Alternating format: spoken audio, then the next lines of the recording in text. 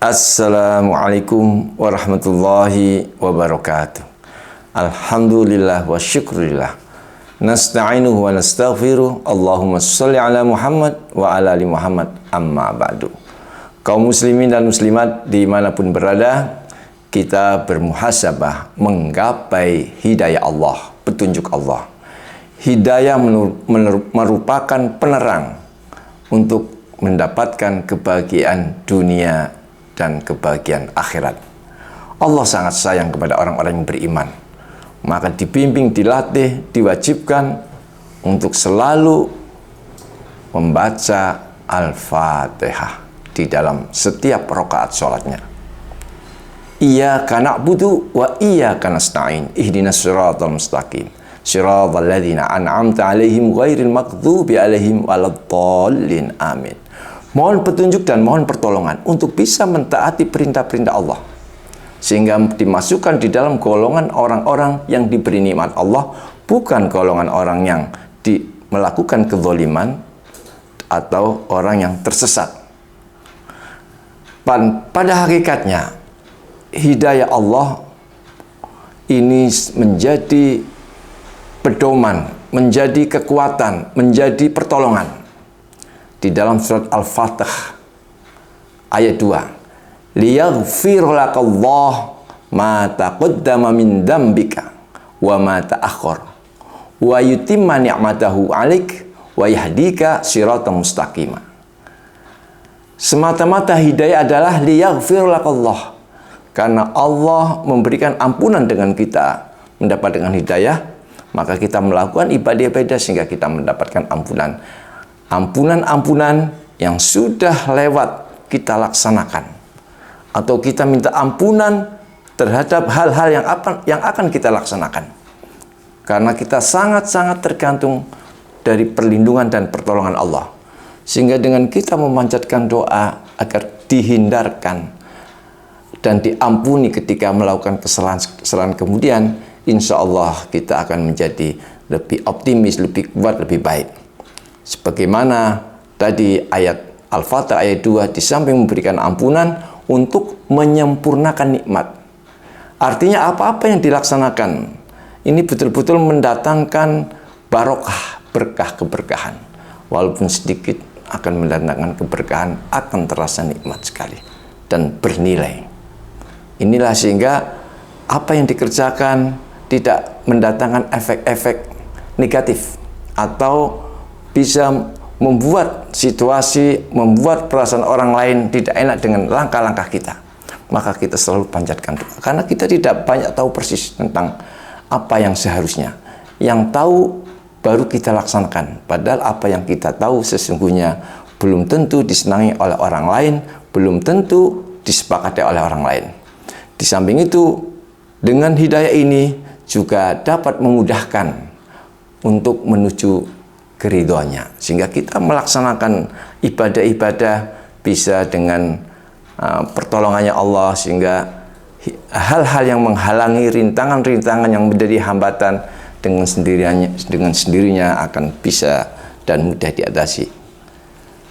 Adapun hidayah yang Allah berikan kepada manusia dan makhluk isinya, ini sebenarnya yang pertama adalah hidayatul al-khalqi. Jadi petunjuk beserta penciptaan, sehingga semua makhluk yang diciptakan Allah langsung diberikan hidayahnya. Seperti contoh hayawan, binatang-binatang yang ada di sekitar kita. Mereka sudah dengan sendirinya pandai mencari makan, pandai melindungi diri, dan berkembang biak tanpa ada yang ngajari. Kita bisa menyaksikan bagaimana ulat, bagaimana ular, bagaimana itik, atau bagaimanapun binatang-binatang yang lain. Fa'alhamaha fujuraha wa taqwaha, di dalam surat Asy-Syams ayat 8. Ini semata-mata Allah memberikan ilham kepada manusia supaya milih fujuraha wa taqwaha, menjadi orang yang fasik atau orang yang beriman. Alladzi khalaqa fasawwa walladzi qaddara fahada. Dan Allah menciptakan manusia fasawa dan menyempurnakan. Walladzi qaddara fahada, dan Allah memberikan takdir-takdirnya, ukurannya dan sebagainya, fahada, dan sekaligus memberikan petunjuk. Ini merupakan kelengkapan hidup yang dimiliki oleh makhluk-makhluk hidup. Maka kalau kita melihat bahwa kelengkapan yang melekat pada makhluk hidup adalah seperti hidayah al-ilham atau insting atau naluri, sehingga dengan nalurinya mulai buayan sudah tahu bagaimana ketika dia lapar, ketika dia haus dan sebagainya, ketika merasa tidak nyaman. Nah, itu naluri-naluri. Nah, binatang-binatang dengan nalurinya dia bisa menyelamatkan diri. Kemudian hidayah al-hawas, kelengkapan panca indera, ini memberikan tuntunan agar setiap makhluknya bisa melakukan yang terbaik untuk dirinya. Dan hidayah akal kepada manusia diberi akal, sehingga dengan akal inilah dia bisa berkompetensi dimanapun berada, bisa mengatasi persoalan-persoalan dirinya. Kemudian hidayah al-irsyad wal bayan, petunjuk Allah yang langsung melalui Al-Quran dan petunjuk-petunjuk yang dibawa Nabi melalui al-hadis. Huwallazi arsala rasulahu bil huda wa dinil haq liyudhhirahu 'alad dini kullih walau karihal musyrikun. Ini ada di dalam surat Shaf ayat 9. Allah lah yang mengutus utusannya dengan petunjuk. Untuk apa? Petunjuknya adalah liyudhhirahu 'alad dini kullih, dan untuk menjelaskan terhadap situasi-situasi kepercayaan-kepercayaan yang ada di sini, supaya mereka kembali ke jalan yang benar. Walau karihal musyrikun, walaupun orang-orang musyrik tidak menyukainya. Dan hidayah al-irsyad wal bala bagi umat Islam, bagi yang kita semuanya, ini sebenarnya Allah sudah berikan dengan petunjuk Quran dan hadis. Namun tidak banyak orang betul-betul hidayah ini disambut dengan maksimal. Maka hakikatnya petunjuk Quran hadis ini ketika sikap-sikap umat, ada yang langsung menolak, ada yang menerima tapi tidak melaksanakan karena belum ada pertolongan Allah. Nah, contoh-contoh yang ada, berapa ribu orang-orang yang malas untuk ke masjid, padahal dia mendengar azan 5 kali dan di berbagai masjid, tapi ada yang tidak mau ke masjid atau sekali-kali. Nah, padahal itu sudah diberi petunjuk bahwa sholatul jamaah afdol minas sholatil fardhi bisyab'in wa isrina darajah, dan kemuliaan-kemuliaan yang lain. Namun kenapa tidak tergugah? Karena belum mendapat petunjuk dan pertolongan Allah. Sehingga menjadi hidayah yang ketiga adalah hidayah taufik. Hidayah taufik sesungguhnya adalah Allah memberikan kekuatan, kemudahan dan pertolongan kepada orang-orang yang diberikan atau dikehendaki. May yahdillahu fahuwal muhtadi wa man yudlil faulaika humul khasirun. Ini ayat ada di dalam surat Ali Imran 178. Orang-orang yang diberi petunjuk oleh Allah, maka dia termasuk orang-orang yang beruntung mendapatkan petunjuk. Dan orang yang disesatkan, faulaika humul khasirun, mereka adalah orang-orang yang rugi. Kenapa mereka disesatkan? Ini karena tidak mentaati, tidak bersungguh-sungguh, tidak beristihad dan sebagainya. Dan inilah yang persoalan-persoalan. Maka kita berupaya untuk bagaimana kita menyikapi hidayah-hidayah Allah dengan baik. Bagaimana caranya kita untuk mendapatkan hidayah?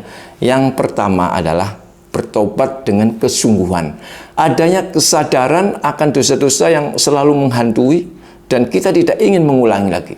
Kemudian kita berupaya bagaimana merubah, bagaimana kita bisa menjadi orang-orang yang beruntung. Maka ada usaha-usaha yang keras. Man taba ba'da dzulmihi wa aslaha fa innallaha yatubu alaihi innallaha ghafurur rahim. Ini ada di dalam surat Al-Maidah ayat 39. Barang siapa bertobat setelah melakukan kezaliman, kesalahan, wa aslaha, dan kemudian memperbaiki, maka Allah memberikan ampunan baginya karena Allah Maha Pengasih, Maha Penyayang. Innamat taubatu 'alallah lilladzina ya'maluna su bijahalatin tsumma yatubuna min qarib. Sesungguhnya taubat adalah orang-orang yang melakukan satu kesalahan, satu kedzaliman, satu kejahilian, kemudian dia segera menyadari dan bertobat min qarib, segera langsung bertobat. Maka kita perbanyak istighfar lah. Kadang-kadang kita tidak tahu apa yang kita lakukan salah atau benar. Lebih baik kita perbanyak istighfar. Mudah-mudahan menyempurnakan ibadah kita, nilai-nilai kita. Karena menurut kita benar, tapi kan dengan kelemahan dan keterbatasan kita, maka perbanyak istighfar. Istighfar kita melekat. Fa ulaika yatubullahu alaihim wa kana Allahu aliman hakim. An-Nisa ayat 17. Jadi, maka Allah memberikan taubat kepada mereka. Karena Allah mengetahui, hakim, aliman hakiman. Jadi Allah maha bijaksana. Jadi apa-apa yang kita lakukan dengan keterbatasan dan kesalahan, Allah lebih tahu. Nah, inilah yang membuat kita hendaknya selalu bermunajat kepada Allah, selalu beristighfar, selalu minta ampun, selalu berupaya sekuat tenaga apa yang bisa kita lakukan. Sehingga ada satu perubahan-perubahan yang nyata. Kemudian yang kedua adalah meningkatkan ibadah. Di dalam meningkatkan ibadah, sebagaimana firman Allah, wasta'inu bis-sabri was-salat wa innaha lakabiratun illa 'alal khashiin. Ini ayat ada di dalam surat Al-Baqarah ayat 45. Minta tolonglah kepada Allah dengan sabar dan salat. Karena sesungguhnya salat ini sangat berat, kecuali bagi orang-orang yang bersungguh-sungguh khashi, memperjuangkan, menjadikan sholatnya penuh dengan semangat dan serius. Nah, ini artinya Allah mengingatkan. Jadi sholat itu harus dilatih, dibiasakan, dipaksakan sehingga kita menyatu. Maka bagi kita yang belum terlatih, mari kita latih, terutama sholat jamaah. As-shalawatul khamsu yamhullahu biha al-khotoya, diriwayatkan oleh Bukhari.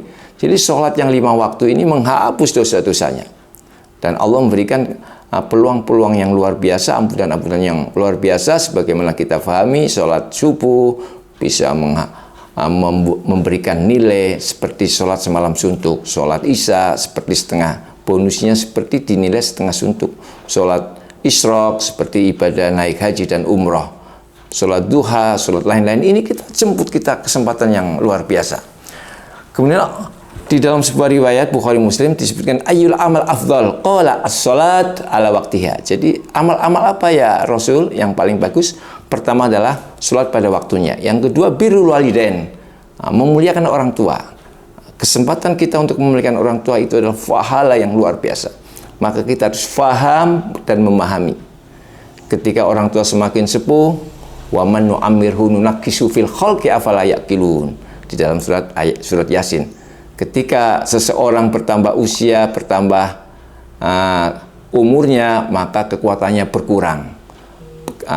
Daya ingat berkurang, tenaganya berkurang, kesabarannya berkurang, maka kita yang harus bisa memahami dan meneladani.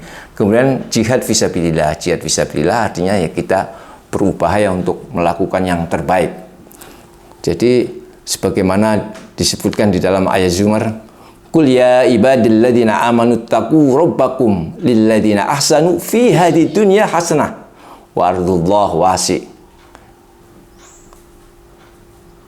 Qul, katakan kepada hamba-hambanya yang beriman, ittaqu rabbakum, bertakwa kepada Tuhanmu, lilladzina ahsanu fi hadid dunya hasanah, dan bagi mereka yang melakukan suatu kebaikan, dia akan mendapatkan kebaikan. Itu satu jaminan kesejahteraan, kesehatan, kesuksesan. Karena arahnya pada dia mampu melakukan kebaikan, terutama dia bersikap dengan akhlak yang mulia kepada orang-orang. Innama yuwaffas sabirun ajrahum bighairi hisab. Ayat selanjutnya, dan bagi orang-orang yang sabar, baginya adalah pahala yang tidak terbatas. Sehingga terutama kita di dalam bermasyarakat, jadilah orang yang menyenangkan, yang membuat mereka bangga kepada kita, sehingga kehadiran kita betul-betul dirindukan. Kemudian yang ketiga adalah tadabburul Quran. Kita baca, kita pelajari, kita fahami. Yarfa'illahu alladhina amanu minkum walladzina utul ilmi darajat. Wallahu bima ta'maluna khabir. Ini ada di dalam surat Al-Mujadalah ayat 11. Sesungguhnya orang yang berilmu akan diangkat derajatnya. Dan bagi mereka yang tidak beriman, mungkin diangkat derajatnya hanya di dunia saja. Tapi bagi yang beriman, fit dunya wal akhirah akan diangkat derajatnya. Maka kita melihat orang-orang yang hebat akan tampil, akan ada di muka dengan ilmu-ilmu pengetahuan karena yang bermanfaat kepada masyarakat. Tapi ketika kita melengkapinya dengan kekuatan iman, ini akan lebih bermanfaat. Kemudian yang terakhir adalah dengan amal ma'ruf. Wal takum minkum ummatun yad'una ilal khair. Wal takum minkum ummatan yad'una ilal khair. Wa ya'muruna bil ma'ruf wa yanhauna 'anil munkar wa ulaika humul muflihun. Ini ada di dalam surat Ali Imran 104. Jadilah kalian kelompok umat yad'una ilal khair wa ya'muruna bil ma'ruf. Kita upayakan ada semangat bukan sekedar untuk diri kita sendiri untuk menjadi orang taat, tapi bisa mencoba mengajak-ngajak orang dengan tidak harus dengan ucapan, dengan kemampuan yang ada. Mungkin kita dengan memfasilitasi orang-orang yang semangat kita fasilitasi, atau tempat-tempat ibadah kita lengkapi sehingga akan membuat daya tarik dan semangat orang-orang untuk melaksanakan ibadah. Ini bagian daripada amal ma'ruf. Dan yang paling penting adalah kita memberikan yang terbaik untuk orang banyak, sehingga ini juga menjadikan figur bahwa kita bisa setidaknya bukan menjadi persoalan tapi menjadi contoh untuk mereka. Demikian, mudah-mudahan ada manfaatnya. Wal afu minkum. Wassalamualaikum warahmatullahi wabarakatuh.